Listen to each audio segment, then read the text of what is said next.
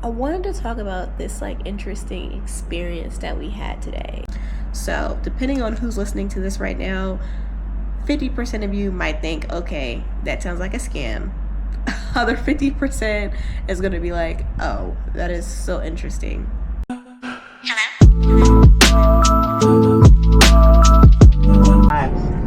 On behalf of the commander, Mr. Badas Senekor, I would like to take this opportunity to thank you for flying. I think this is Sunday.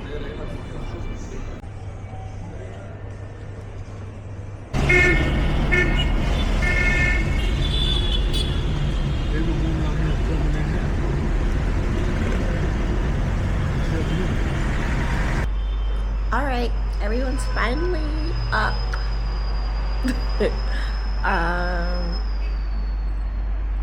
So I tallied all of the calls from yesterday's webinar, training, whatever you want to call it, in the last video, and it's about 5 calls.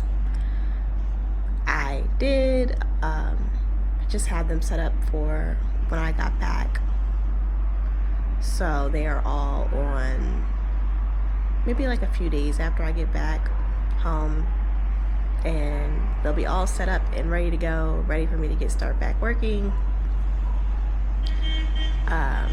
But while we're here, we're not going to do much of that. We're just going to go and explore and go see what's in Egypt. My dog looks beautiful. Hey everybody. They can barely see you.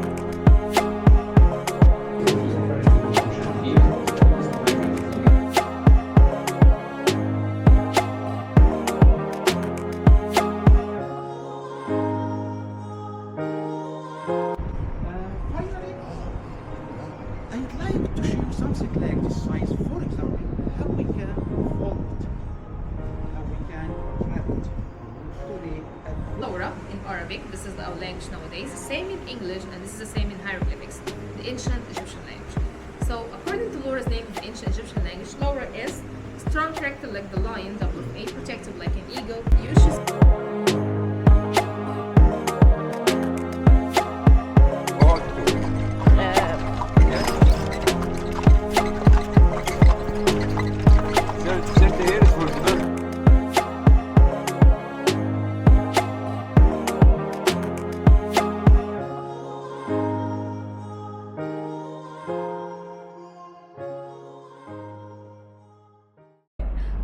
I wanted to talk about this interesting experience that we had today. So if you've been following me for a while, then you basically know that this year my focus is on sales. So every year I have one thing that I really focus on. Last year was visibility, this year is sales. So we had this experience today in Egypt, and basically the people was taking us through high ticket sales processes, but it gets way deeper than that, and I'm about to explain it all. I'm gonna try to break it down to you as best as I can. And also keep in mind, we had the experience, but then I was super curious about it, so then I searched it up on like ChatGPT. So depending on who's listening to this right now, 50% of you might think, okay, that sounds like a scam. Other 50% is going to be like, oh, that is so interesting. So we got our tickets from the airport for like basically all the activities that we were going to do. So like on like the specific days. So yesterday we followed the schedule or whatever. Today we went to all of the activities as well. But also what happened was we went to these other sort of like activities as well, but they were technically not a part of the plan. And the way this works is basically like the touring company, because we got our tickets from the airport, so the touring company usually takes 50 to 70% of whatever you give them, and then also they have like drivers under them, and they'll put the drivers on like a fixed salary, hourly or whatever. But what the drivers will then do on the side is they will have partnerships unbeknownst. We don't know, you don't know. It's like, unless you like actually search it up and do your due diligence, which we did not, you don't know that these extra activities are actually like sales opportunities. But the drivers have like these extra sort of like people on the side that they'll take you to, that they'll kind of put a part of the experience. So it wasn't a part of the schedule, we didn't see it on there, but also we didn't look at it, and it was so like, it was so smooth the way they put it in there that we honestly did not know. So the 3 other opportunities that they sort of like showed us, 2 of the pyramids, that was already on there, but the other 3 was there was a perfume shop, there was, they called it a museum, but what it really was it was an art store. And then also it was perfume, art store, and then there's one more. Oh yeah, carpet shop, carpet school. So those 3 things were not originally a part of our list, but we just thought it was a part of the tour because we didn't have our schedule with us.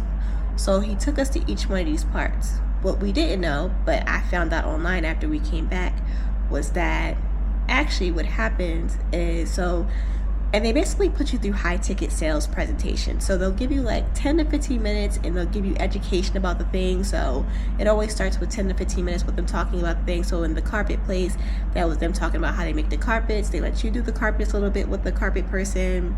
In the papyrus place or the artwork museum, they would tell you how the art was made, or basically how they made the first type of paper in Egypt, which is with the papyrus bamboo plant or whatever.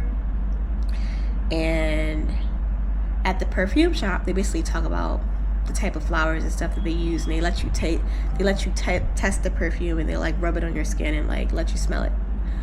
So after that, then what they'll do is they'll just immediately go into, I guess, sales, or they'll ask you sort of like, are you interested in getting this? And it just happens so smoothly. But what typically happens is with the driver is the driver gets a commission from these extra people that they put you, that they took you to, which we didn't know.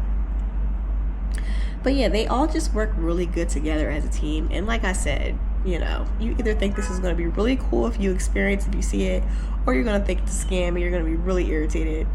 Me personally, when I go on vacations, when I go on trips, I'm not a person that buys a bunch of like random, what is it called, artifacts and souvenirs.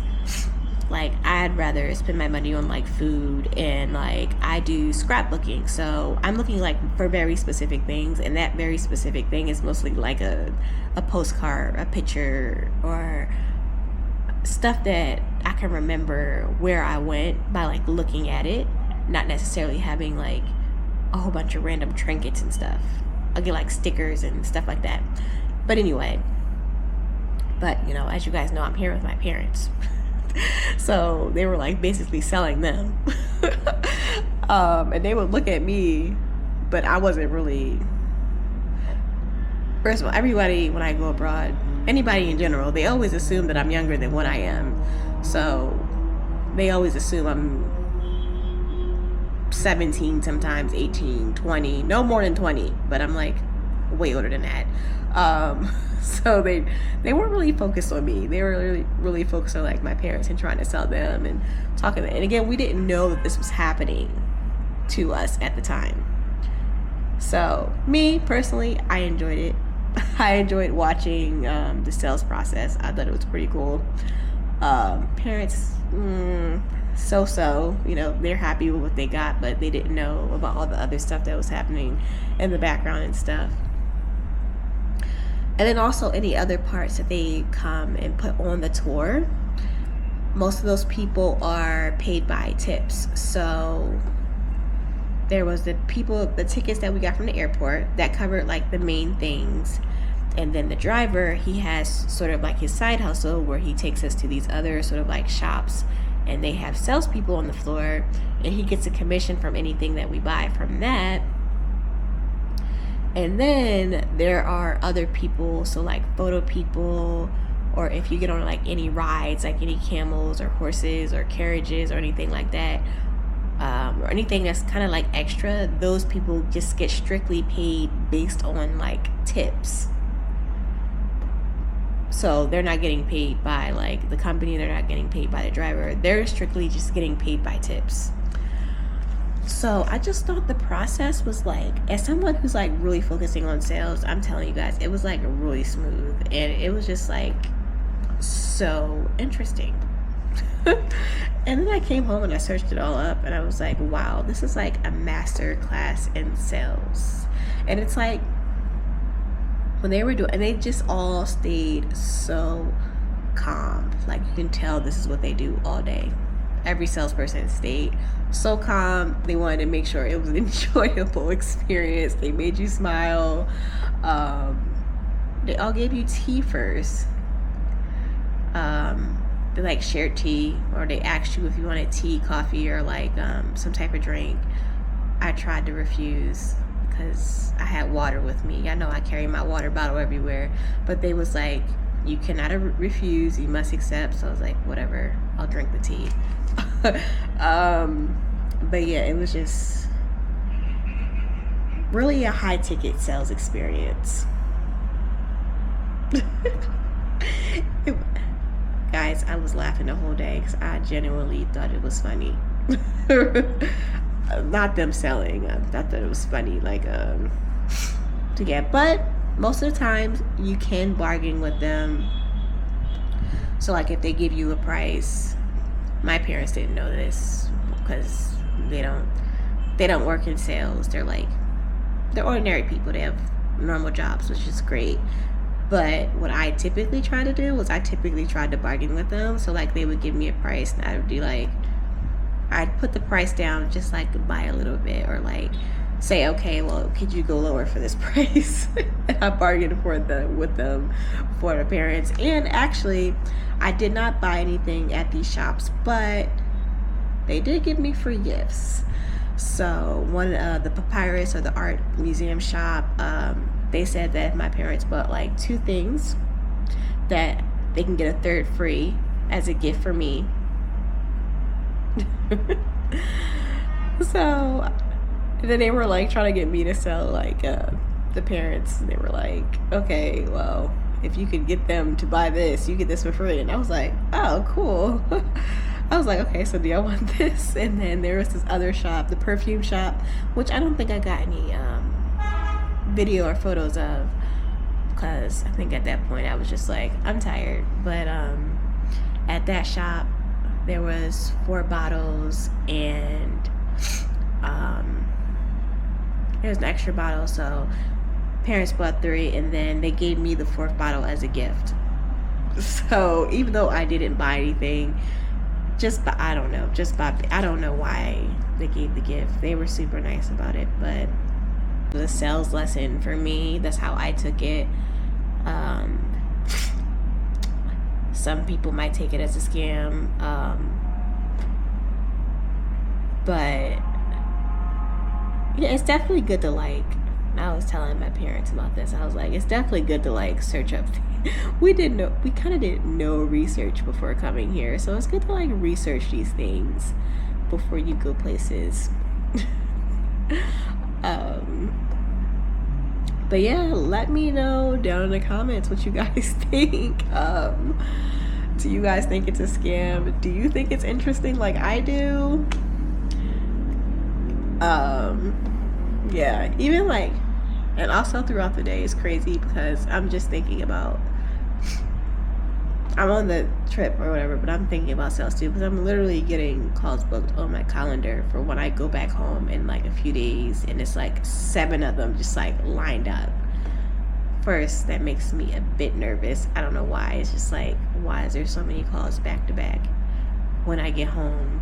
But there's that. I know, like, I'm focusing on sales and stuff. My sales coach, she did tell me one time, she was like, okay, don't focus on the number of people. She was like, I want you to start thinking in terms of like, how can you close 100% of the people that you talk to? And I'm like, I don't know. I know it's not impossible. It's definitely possible. Because every sale that you make doesn't have to be like a super big sale. You know, you can literally sell an ebook, but it's like, why'd you come on the call if you're just going to sell a $10 ebook? But anyway, I digress. I have a bunch of calls when I get back home, but I also have like really big goals for the rest of the year, so we'll see how that goes. We have 2 more days while we're here. We're gonna try we have 1 more day from the tour guide. We're gonna try not to get sold at any more shops because we're like done, and I literally have no space in my bag because I've been traveling for the last 2 months. So we are not trying to get sold anything else. I have no more space in my bag. They have no more space in their bag.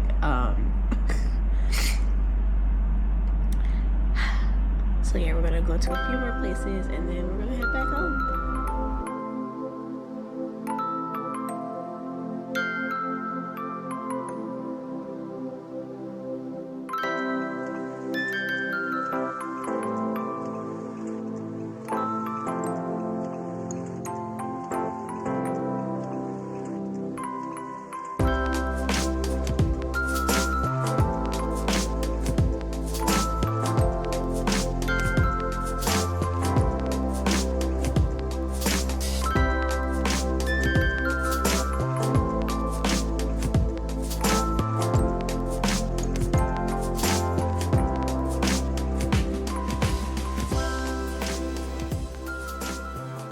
So we have the airplane jumpsuit on again, so that means we're leaving again. This is really the most comfortable jumpsuit ever. I have no idea what brand this is, but I need to get more of this for like just like walking around at home because it's just so comfortable. But yeah, we are packing up and we are going back home. If I could use one word to describe Egypt, it would be entertaining. This is definitely one of the more entertaining places that I've been to, just because of like all the things that they have to do here. And the people, they're very like lighthearted, very funny, and yeah, it was very interesting. I not only got to see like the touristy parts of Egypt, but I also got to see how like the locals actually live. And yeah, it was very interesting to say the least. So we're packing up, going back home. I'm not quite sure how many vlogs I'll do when I get home, because my goal is definitely to lock in for the next 3 months. I have a pretty ambitious goal for the rest of the year, and I want to hit that. And I love recording these vlogs, but yeah, it's that other part where I'm just like, I think it's the editing part that I'm like, I'm gonna record them, but who's gonna edit them? So yeah. So yeah, I think we are week 7 right now of just being abroad. My plan is I want to go back home for a few months and save and then dip out again. Leave again for a longer period of time. That is the goal. So whether you guys see more vlogs when that happens again, or you sort of see like the in between, we'll see. But yeah, if you've watched these vlogs so far, thank you for watching. And yeah, I will see you guys next week.